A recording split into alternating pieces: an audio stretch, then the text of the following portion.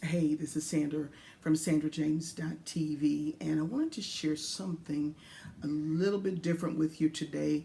Um, I had a vision several days ago, and I feel like this is not only for me, but there may be some others in this same space, and they could actually use this. So the other morning, I was getting ready to pray, and I was like, God, I just want to know you more. I want to know you better than I knew you yesterday. I want to encounter you in a brand new way. And so what I did is I just began to speak in tongues.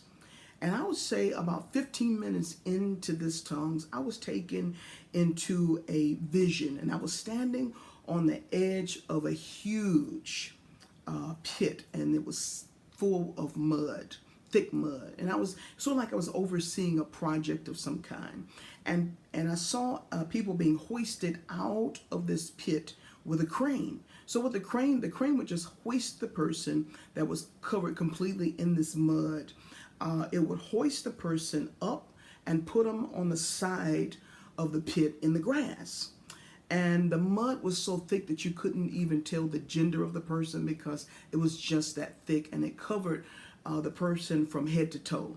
And so the more people the crane pulled out, my tongues began to intensify. And I would say I spoke, I would say about 10 different languages. It was that intense. So people were coming out one by one, and I just continued to pray. And then I noticed that someone was on the side of this yard washing the people off as they came out.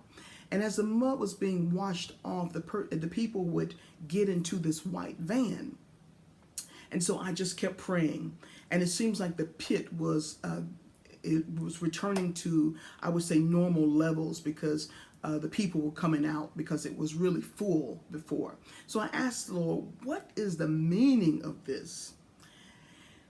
And he told me that he had called me to be a rescuer, and that I would rescue people that had been in the pit, in that miry clay for a long time.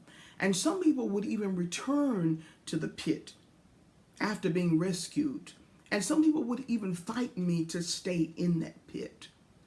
And I began to weep, because he explained to me that as he explained this to me, I began to see people that were actually cleaned off, and they were running to jump back into this pit.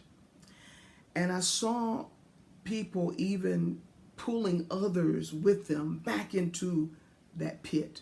And the Lord let me experience how he feels. And I realized that if I had known that they would jump back in the pit after being cleaned, I don't know if I would have labored that hard in prayer, that I would have prayed and then rescued them from that pit. And the Father showed me that he knew that they would return to that pit, and he still sent someone to deliver them. He still sent someone to rescue them. And that made me weep even more.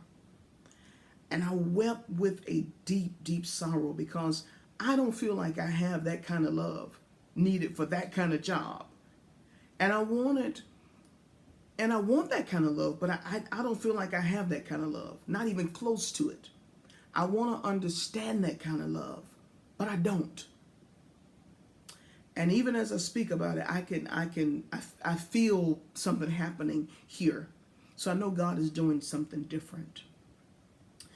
God knew that the pain, after your pain stopped, that you, and then you were cleaned up, that you would go back to that pit. He knew that you would get rescued and then turn your back on him. He knew this.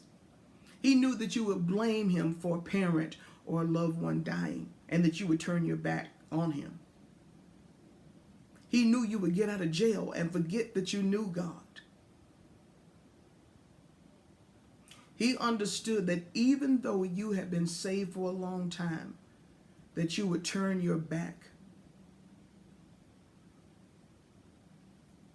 He knew that you would walk away from him. He knew this. He understood that he will be blamed for your problems and your misfortunes. And he still loved you enough to rescue you over and over and over again.